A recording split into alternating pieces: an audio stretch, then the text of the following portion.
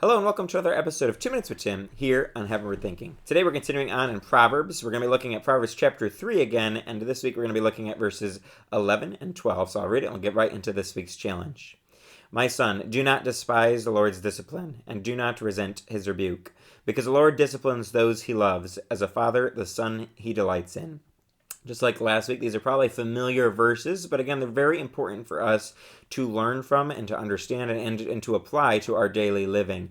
It's important for us to understand that the Lord disciplines us, and that's a word that we don't like. We always think it just means punishment in our lives, and it's always negative and bad, but in these verses, it shows us that discipline is not just a bad thing. In fact, it's something that the Lord does to those he loves, as a father the son he delights in. And so if we want to be people who are loved by the Lord, then we should understand that it's going to come along with some discipline in our lives as the Lord changes us, as he molds us into a new creation, as he cuts out certain habits in our lives and certain behaviors and certain patterns of living that are completely against his word. We shouldn't be surprised when there's some discipline involved, when we easily are distracted by the things of this world, when we get off track in a certain area of our lives. We should understand that the Lord's going to come along and he's going to discipline us. If we will allow him, then that is going to be something that is super beneficial. But if we don't allow him, well, then that's probably going to be an unpleasant situation,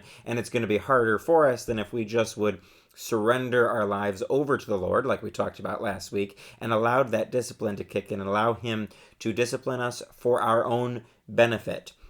And even in verse 11, it shows us that we shouldn't resent his rebuke. So there are some times the Lord's just going to have to rebuke us for something that we are doing in our lives that is simply not of him, or we're misrepresenting him in a certain way, and he has to rebuke us for that. And so we should, as Christians, as those he loves, we should allow that discipline to mold us and shape us in our lives for our benefit and for the benefit of those around us, for God's purposes, even when we don't know necessarily what those purposes might be in the waiting period as we're going through it. But we should be more receptive, and that's my challenge for you, that we would be receptive people of the Lord's discipline, that we would take it to heart, that we would see how he's leading us in life, how he's challenging us, changing us, how he's guiding us back towards his ways and away from our own ways and the ways of the world. And that's my challenge for you this week, that you would receive the Lord's discipline and correction in your life, that you would allow it to change you, and that you would follow his ways